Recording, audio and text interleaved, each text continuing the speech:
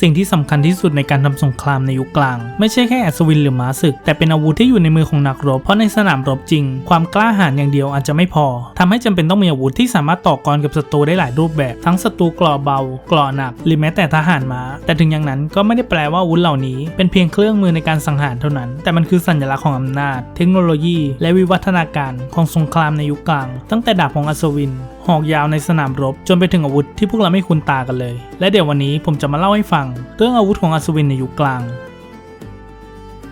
เรามาเริ่มที่อาวุธชิ้นแรกกันเลยอาวุธชิ้นแรก Arming Sword หรือว่าดาบมือเดียวจะมีลักษณะเป็นใบมีดตรงและมีคมทั้งสองฝั่งมีด้ามจับที่สั้นเหมาะสำหรับการใช้มือเดียวและตรงที่จับจะมีที่กันดาบทำให้รูปทรงโดยรวมของดาบนี้คล้ายกับไม้กางเขนและยังเป็นดาบที่เป็นภาพจำของอัศวินในยุโรปอีกด้วยและดาบชนิดนี้มักจะมีใบดาบที่ยาวพอที่จะใช้ได้ทั้งการฟันและการแทงและมีน้ำหนักที่ไม่มากนักทำให้ใช้งานได้อย่างคล่องตัวซึ่ง Arming Sword เริ่มนิยมใช้ในช่วงศตวรรษที่11และได้พัฒนามาจากดาบของยุโรปในยุคก่อนหน้าอย่างเช่นดาบของชาวไวกิ้งและค่อยๆมีการพัฒนาเปลี่ยนให้ดาบมีปลายที่แหลมขึ้นเหมาะกับการใช้แทงมากขึ้นเพื่อให้สามารถรับมือกับเกราะที่พัฒนาขึ้นในช่วงนั้นอย่างเช่นเกราะโซ่หรือว่าเชนเมลแต่ถึงอย่างนั้นดาบชนิดนี้ก็สามารถใช้ฟันได้ดีอีกด้วยโดยเฉพาะใช้โจมตีบริเวณแขนขาคอหรือจุดที่ไม่มีเกราะหนามากนักโดยวิธีการใช้ทั่วไปคือจะใช้คู่กับโล่เหมาะสำหรับอัศวินหรือทหารที่สามารถใช้โล่รับการโจมตีและโจมตีกลับด้วยการฟันอย่างรวดเร็วหรือสามารถใช้แทงเข้าจุดสำคัญของศัตรูก็ได้ซึ่งในยุคที่โล่ยังมีบทบาทอยู่มาก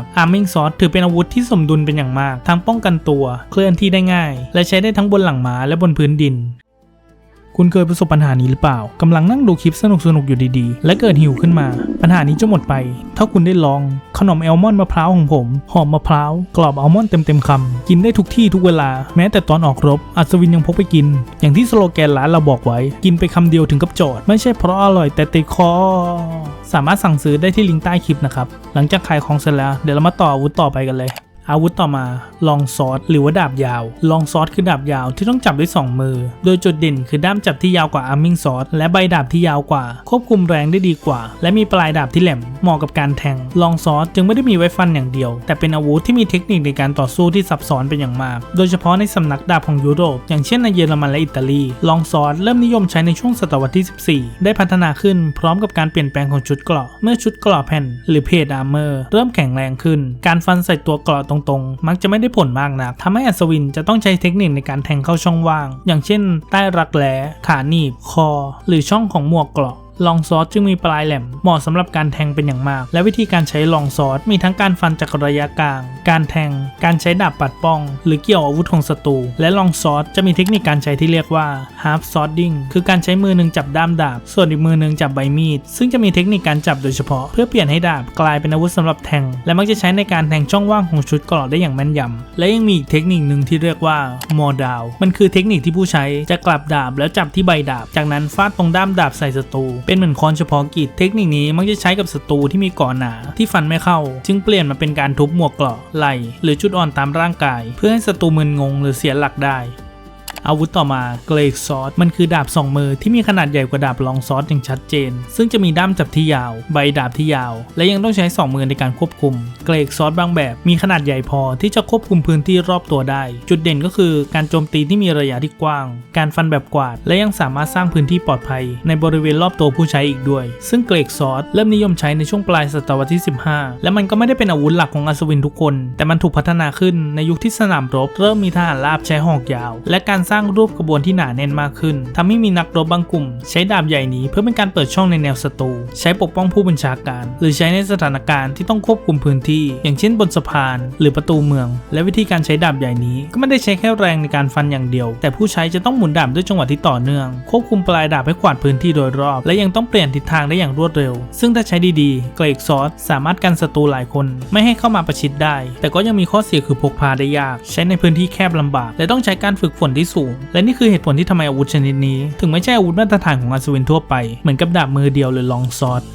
อาวุธชิ้นต่อไป Blaster Sword หรือว่าดาบครึ่งมือนี่คือดาบที่อยู่กึ่งกลางระหว่างดาบมือเดียวกับดาบ2มือซึ่งมันจะมีด้ามจับที่ยาวพอที่จะสามารถใช้จับ2มือได้แต่ก็ยังพอที่จะใช้มือเดียวได้ในบางสถานการณ์ดาบชนิดนี้นิยมใช้ในช่วงศตวรรษที่14โดยที่พัฒนาจากการที่นักรบต้องการอาวุธที่ยืดหยุ่นกว่าเดิมดาบชนิดนี้จึงตอบโจทย์เพราะถ้าสู้บนหลังม้าหรือถือโล่ก็สามารถใช้มือเดียวได้แต่ถ้าลงมาจากม้าและต้องการการโจมตีที่แม่นยำก็สามารถจับ2มือได้เพื่อฟันหรือแทงให้แม่นยำมากขึ้นซึ่งในช่วงที่ชุดเกราะพัฒนาดีขึ้นดาบชนิดนี้ถือว่าตอบโจทย์เป็นอย่างมากเพราะให้ทั้งความคล่องตัวและความแม่นยำในการโจมตีและวิธีการใช้งานก็จะคล้ายกับลองซอร์แต่ขนาดอาจจะสั้นและเบากว่าเล็กน้อยใช้ได้ทั้งการฟันแทงปัดป้องอาวุธและสู้ในระยะประชิดได้เทคนิคในการใช้ที่สำคัญนั่นก็คือการเปลี่ยนมือจับที่รวดเร็วอย่างเช่นเริ่มด้วยการใช้มือเดียวเพื่อรักษาระยะจากนั้นเปลี่ยนเป็นการใช้2มือเพื่อเป็นการโจมตีหนักหรือใช้แทงได้อย่างแม่นยำดาบชนิดนี้จึงเหมาะกับนักรบที่ต้องการอาวุธเดียวแต่สามารถใช้ได้ในหลายสถานการณ์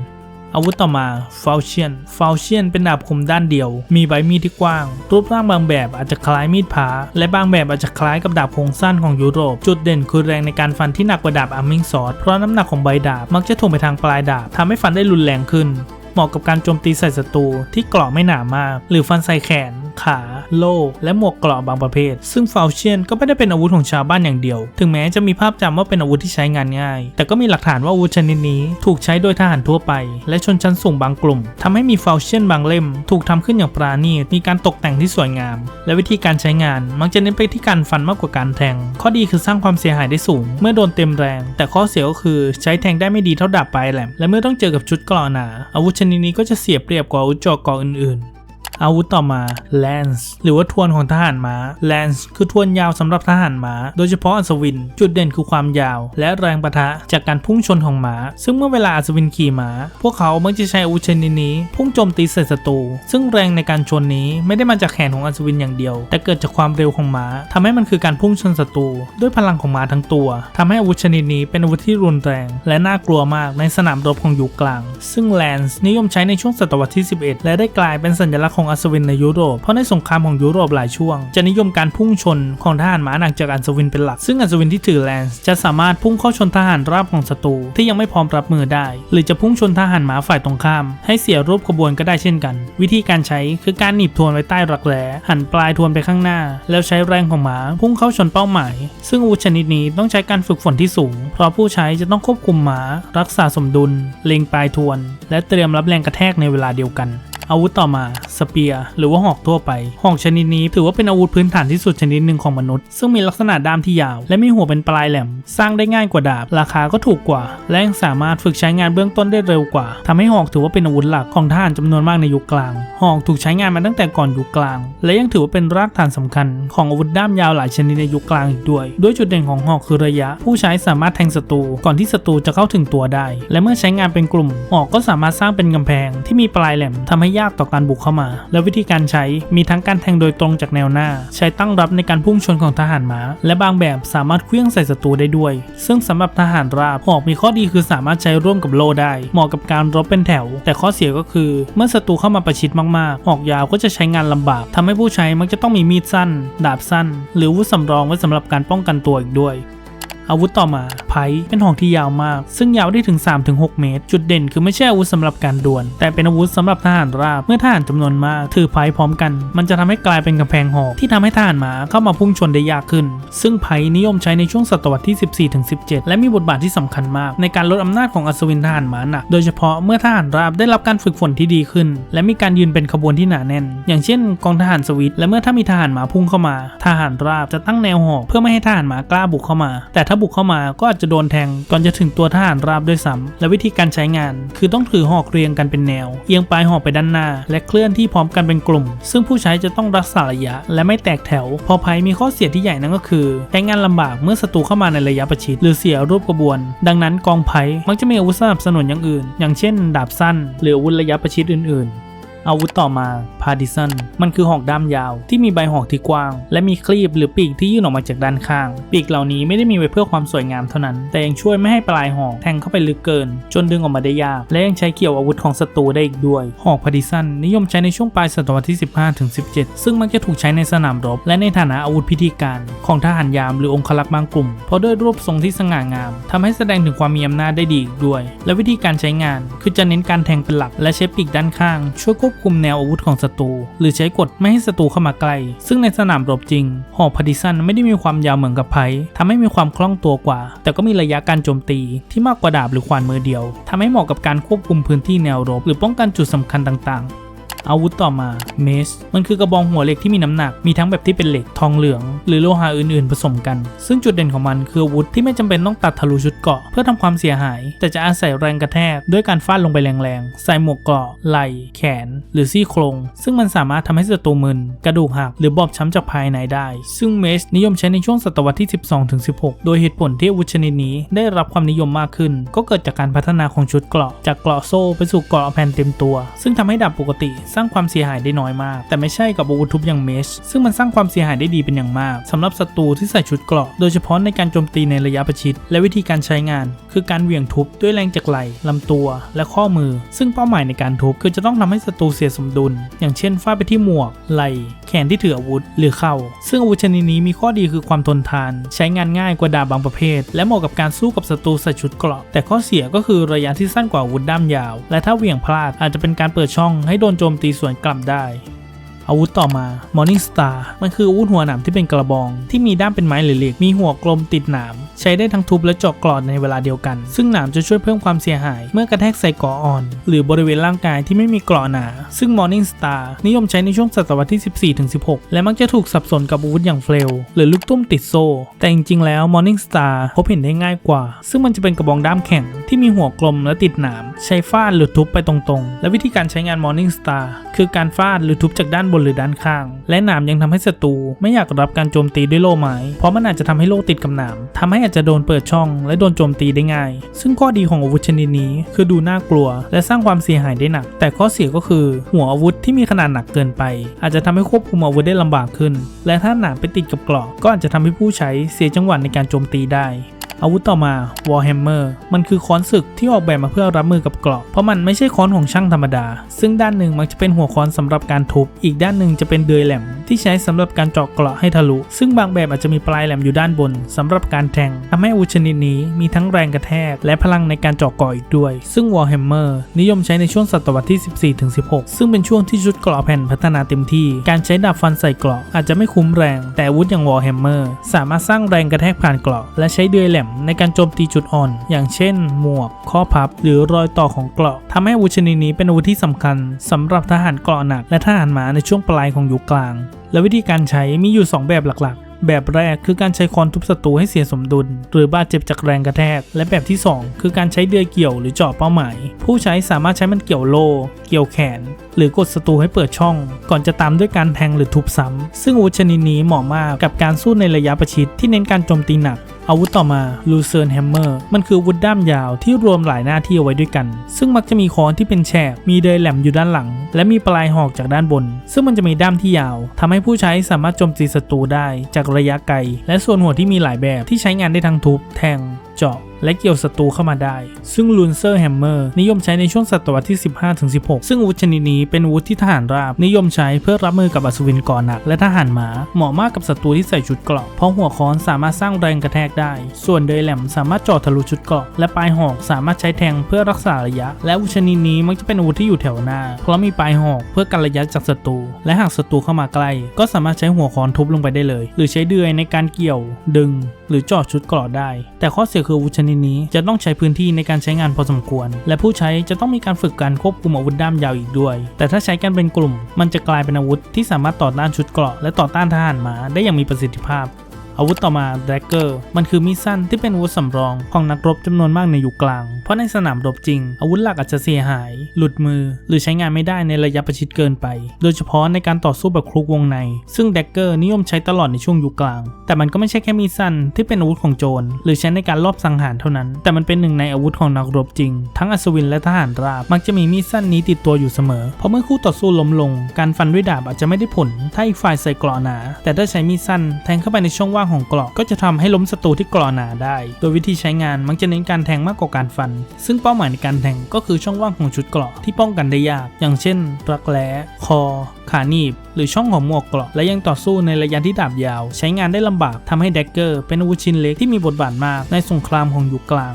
งอาวุธต่อมาลอนเดลแดกเกอร์มันคือมีดสั้นที่มีใบมีดเป็นทรงกลมใบมีดมีความหนาแข็งและมีปลายที่แหลมมากบางเล่มไม่มีคมเพราะไม่ได้ออกแบบมาเพื่อการฟันแต่ออกแบบมาเพื่อการแทงทะลุช่องว่างของชุดเกราะโดยเฉพาะซึ่งลอนเดลแดกเกอร์นิยมใช้ในช่วงศตวรรษที่14-15ซึ่งเป็นช่วงที่ชุดเกราะหนักนิยมเป็นอย่างมากซึ่งนั่นก็ทำให้มันเป็นอาวุธที่น่ากลัวสำหรับคนที่ใส่ชุดเกราะเพราะเมื่อศัตรูถูกทำให้ล้มลงหรือถูกล็อกไว้มีดชนิดนี้จะถูกแทงเข้าไปในจุดที่ชุดเกราะปิดไม่สนิททำให้มันเป็นอาวุธที่เหมาะกับการต่อสู้ในระยะประชิดและวิธีการใช้งานมักจะจับแบบกำปั้นแล้วแทงจากบนลงล่างเพื่อเพิ่มแรงเจาะหรือแทงตรงเข้าไปในช่องของชุดเกราะซึ่งที่ด้ามจับจะมีแผ่นเหล็กกลมติดอยู่ตรงด้านหน้าและด้านท้ายของด้ามเพื่อให้เวลาแทงมือจะได้ไม่ไหลลงไปโดนใบมีดและช่วยให้ผู้ใช้สามารถจับได้อย่างมั่นคงมากขึ้นนี่จึงเป็นหนึ่งในอาวุธสำรองที่เหมาะกับโลกของชุดเกราะหนักเป็นอย่างมากอาวุธต่อมา Battle Axe มันคือขวานที่ออกแบบมาเพื่อสงครามโดยเฉพาะมีทั้งแบบใช้มือเดียวและ2มือหัวขวานมีลักษณะที่กว้างโค้งและมีปลายแหลมอยู่ด้านหลังจุดเด่นคือแรงในการฟันที่หนักและความสามารถในการสร้างบาดแผลที่รุนแรงได้และยังสามารถทำลายโล่ไม้ฟันแขนขาหรือโจมตีหมวกเกราะบางประเภทได้ดีซึ่ง Battle Axe นิยมใช้ตลอดในช่วงของยุคกลางโดยที่จะมีการเปลี่ยนรูปแบบไปบ้างตามยุคและพื้นที่ต่างๆซึ่งขวานนี้มีความสำคัญอย่างมากในยุโรปตอนเหนือและในหลายวัฒนธรรมอย่างเช่นนักรบนอร์ทและทหารราบในยุคกลางซึ่งขวานบางแบบมีราคาที่ถูกกว่าดาบเพราะมีพื้นฐานมาจากเครื่องมือเกษตรกรหรือเครื่องมือช่างแต่Battle Axe ของนักรบชั้นสูงก็สามารถสร้างได้อย่างปราณีตเช่นกันและวิธีการใช้งานคือการฟันด้วยแรงเหวี่ยงและน้ำหนักของหัวขวานข้อดีคือพลังทำลายล้างที่สูงมากถ้าโดนเต็มๆและหัวขวานยังสามารถเกี่ยวโล่หรืออาวุธของศัตรูได้อีกด้วยข้อเสียคือถ้าเหวี่ยงพลาดก็อาจจะเสียจังหวะในการฟันครั้งต่อไปและการฟันขวานใส่โล่หรือเกราะอาจจะทำให้ขวานติดกับโล่หรือชุดเกราะได้ทำให้ผู้ใช้อาจจะโดนโจมตีสวนกลับได้อาวุธต่อมา Horseman Axe มันคือขวานที่ออกแบบมาให้ใช้บนหลังม้าขนาดจะไม่ยาวมากนักและต้องสามารถใช้ได้ด้วยมือเดียวเพราะมืออีกข้างจะต้องควบคุมบังเหียนหรือรักษาสมดุลจุดเด่นคือการฟันได้แรงกว่าอาวุธสั้นหลายชนิดแต่ก็ยังพกพาได้ง่ายและใช้บนหลังม้าได้ซึ่ง Horseman Axe นิยมใช้ในช่วงกลางถึงปลายของยุคกลางแต่อาวุธลักษณะนี้มักจะพบเห็นได้ในหลายวัฒนธรรมที่มีทหารม้าไม่ใช่เฉพาะอัศวินตะวันตกเท่านั้นนักรบม้าบางกลุ่มนิยมใช้อาวุธที่ฟันหนักและเกี่ยวศัตรูได้ด้วยเพราะการโจมตีที่สูงจากหลังม้าทำให้แรงในการฟันเพิ่มขึ้นอีกด้วยและวิธีใช้งานคือการขี่ม้าเข้าใกล้ศัตรูแล้วฟันลงจากด้านข้างหรือด้านบนซึ่งเป้าหมายในการฟันจะเป็นช่วงไหล่หมวกแขนหรือศัตรูที่ยืนต่ำกว่าและขวานยังใช้เกี่ยวโล่หรือทำให้ศัตรูเสียสมดุลได้แต่ข้อเสียคือระยะการโจมตีที่สั้นและถ้าเข้าใกล้ทหารราบที่ถือหอกยาวมากเกินไปก็อาจจะทำให้ผู้ใช้บนหลังม้าเสียเปรียบได้อาวุธต่อมา Dana Axe มันคือขวานด้ามยาวที่มีลักษณะหัวขวานที่กว้างแต่ก็มีความบางจุดเด่นคือระยะการโจมตีที่ไกลและรุนแรงมากซึ่งจะต้องใช้2มือในการควบคุมและยังสามารถฟันจากระยะที่ดาบมือเดียวเอื้อมไม่ถึงและถ้าโดนฟันเข้าไปเต็มแรงก็จะสามารถสร้างบาดแผลที่หนักได้หรือสามารถใช้ทำลายโล่ได้เช่นกันซึ่ง Dana Axe นิยมใช้ในช่วงศตวรรษที่10-12โดยเฉพาะในหมู่ของนักรบไวกิ้งแต่เมื่อเข้าสู่ยุคอัศวินเต็มรูปแบบอาวุธชนิดนี้ก็ไม่ใช่อาวุธประจำตัวของอัศวินทุกคนแต่หลักการในการสร้างขวานด้ามยาวชนิดนี้ก็ได้ถูกส่งต่อไปยังอาวุธด้ามยาวในยุคหลังๆและวิธีการใช้งานจะต้องอาศัยพื้นที่และจังหวะในการใช้ผู้ใช้จะสามารถฟันขวานใส่ศัตรูได้เป็นวงกว้างหรือฟันลงไปเพื่อทำลายโล่หรือใช้หัวขวานเกี่ยวโล่หรือแขนของศัตรูให้เสียหลักได้แต่จุดอ่อนเมื่อศัตรูเข้ามาในระยะประชิดมากๆขวานด้ามยาวมักจะใช้งานได้ลำบากขึ้นผู้ใช้จึงต้องรักษาระยะในการฟันให้ดีอาวุธต่อมา Halberd มันคืออาวุธด้ามยาวที่มีใบขวานอยู่ด้านหนึ่งมีปลายหอกอยู่ด้านบนและมีตะขอหรือเดือยอยู่ด้านหลังจุดเด่นคือความอเนกประสงค์ของมันใช้ได้ทั้งการฟันแทงหรือเกี่ยวศัตรูให้ลงมาจากม้าได้ทำให้เหมาะกับทหารราบที่ต้องรับมือกับทหารม้าและอัศวินเกราะหนักซึ่ง Halberd นิยมใช้ในช่วงศตวรรษที่14-16ซึ่งเป็นช่วงที่ทหารราบในยุคกลางเริ่มเติบโตขึ้นโดยเฉพาะในยุโรปกลางและสวิตอาวุธชนิดนี้ช่วยให้ทหารราบรับมือกับอัศวินทหารม้าหนักได้ดีขึ้นเพราะไม่ต้องรอให้ศัตรูเข้ามาถึงในระยะดาบแต่สามารถใช้ ช้ปลายหอกหยุดศัตรูที่เข้ามาได้หรือจะใช้ขวานในการฟันและใช้ตะขอในการดึงให้ศัตรูล่วงจากหลังม้าและวิธีการใช้งานคือเริ่มจากการควบคุมระยะด้วยปลายหอกและหากศัตรูเข้ามาใกล้ก็สามารถใช้ด้ามที่เป็นขวานฟาดลงไปได้หากเป็นทหารม้าผู้ใช้สามารถใช้ตะขอเกี่ยวบังเหียนเกราะหรือร่างของผู้ขี่เพื่อให้เสียสมดุลได้ทำให้อาวุธชนิดนี้จึงเป็นอาวุธที่แสดงให้เห็นว่าทหารราบในยุคกลางไม่ใช่แค่กองสนับสนุนแต่สามารถต่อกรกับอัศวินได้จริงอาวุธต่อมาเกลฟมันคืออาวุธด้ามยาวที่มีใบมีดที่ยาวติดอยู่ตรงปลายลักษณะคล้ายกับง้าวจุดเด่นคือสามารถใช้ฟันจากระยะไกลได้ดีและใบมีดที่ยาวสามารถฟันได้เป็นวงกว้างและรักษาระยะให้ห่างจากศัตรูได้ดีซึ่งอาวุธชนิดนี้นิยมใช้ในช่วงศตวรรษที่ 14-16 มันเป็นหนึ่งในอาวุธของตระกูลโพลามที่พัฒนามาจากเครื่องมือและอาวุธของทหารราบในช่วงยุคกลางตอนปลายซึ่งเป็นช่วงที่อาวุธด้ามยาวมีความหลากหลายเป็นอย่างมากเพราะในสนามรบจะต้องมีอาวุธที่สามารถรับมือกับทหารราบทหารม้าและศัตรูที่สวมชุดเกราะได้เป็นอย่างดีซึ่งวิธีการใช้จะเน้นไปที่การฟันในระยะกลางถึงไกลผู้ใช้สามารถฟันจากด้านข้างฟันลงหรือแทงด้วยปลายใบมีดในบางจังหวะซึ่งข้อดีคือระยะในการฟันที่ดีแต่ข้อเสียถ้าเจอศัตรูเกราะหนาการฟันก็จะไม่สามารถทำลายชุดเกราะได้ดีเท่ากับอาวุธที่สามารถเจาะเกราะได้โดยตรงอาวุธต่อมาบิลอาวุธชนิดนี้มันมีต้นกำเนิดมาจากเครื่องมือการเกษตรที่ใช้ไว้สำหรับตัดกิ่งไม้หรือพืชและได้นำมาดัดแปลงเป็นอาวุธสงครามมันมีใบมีดสำหรับการฟันและมีตะขอสำหรับเกี่ยวจุดเด่นคือสามารถควบคุมศัตรูได้ดีไม่ใช่แค่การโจมตีแต่ใช้ได้ทั้งดึงผลักเกี่ยวและยังทำให้คู่ต่อสู้เสียจังหวะได้ดีซึ่งบิลนิยมใช้ในช่วงศตวรรษที่ 14-16 มันเป็นอาวุธสำคัญของทหารราบโดยเฉพาะในอังกฤษเพราะมันสามารถผลิตได้ไม่ยากและใช้งานได้หลากหลายรูปแบบและวิธีการใช้ทหารราบจะถือบิลอยู่แนวหน้าแล้วฟันใส่ศัตรูเกี่ยวโล่เกี่ยวแขนและดึงทหารม้าลงมาจากหลังม้าและเมื่อใช้ร่วมกับธนูหรือหอกในขบวนรบมันจะทำให้ทหารราบมีความยืดหยุ่นเป็นอย่างมากอาวุธต่อมา Back the Codben ซึ่งคำว่า Back the Codben ในภาษาฝรั่งเศสจะแปลว่าจะงอยปากอีกาเพราะอาวุธชนิดนี้จะมีส่วนแหลมโค้งคล้ายกับปากนกซึ่งจะมีไว้ใช้สำหรับเจาะชุดเกราะโดยเฉพาะมักจะมีด้ามที่ยาวเพื่อเพิ่มแรงในการโจมตีซึ่งมันออกแบบมาให้รับมือกับอัศวินเกราะหนักโดยเฉพาะและ Back the Codben นิยมใช้ในช่วงศตวรรษที่ 14-16 ซึ่งเป็นยุคที่เกราะแผ่นแข็งแรงเป็นอย่างมากการที่จะฟันด้วยดาบหรือขวานอาจจะไม่พอ Back the Codben จึงใช้หลักการรวมแรงไปที่ปลายแหลมเมื่อฟาดลงไปจะงอยแหลมจะสามารถทะลุชุดเกราะได้และถึงแม้บางครั้งก็อาจจะไม่ทะลุเสมอไปแต่แรงกระแทกก็จะทำให้ศัตรูเสียสมดุลและบาดเจ็บจากภายในได้อาวุธต่อมา Military Flail มันคืออาวุธที่ดัดแปลงมาจากเครื่องมือการเกษตรที่ใช้สำหรับการตีข้าวซึ่งมันจะประกอบไปด้วยด้ามที่ยาวและส่วนหัวจะเชื่อมด้วยข้อต่อแต่เมื่อกลายเป็นอาวุธสงครามส่วนหัวจะเสริมเหล็กและหนามหรือทำให้มันหนักขึ้นเพื่อเพิ่มแรงกระแทกซึ่งอาวุธชนิดนี้นิยมใช้ในช่วงปลายของยุคกลางแล้วและยังเป็นอาวุธที่สะท้อนให้เห็นภาพของทหารชาวนากองกำลังท้องถิ่นหรือกบฏภายในภูมิภาคที่ได้นำเครื่องมือรอบตัวมาดัดแปลงเป็นอาวุธและยังทำให้มันกลายเป็นอาวุธที่อันตรายเมื่ออยู่ในพื้นที่ที่เหมาะสมและวิธีการใช้งานคือการเหวี่ยงส่วนหัวให้กระแทกกับศัตรูและการที่มีข้อต่อทำให้เพิ่มแรงเหวี่ยงได้มากขึ้นแต่ข้อเสียก็คือมันควบคุมได้ยากผู้ใช้จะต้องมีจังหวะที่ดีและมีพื้นที่ที่เพียงพอในการใช้งานหากใช้ในแนวรบที่มีคนเยอะเกินอาจจะฟาดโดนพวกเดียวกันเองได้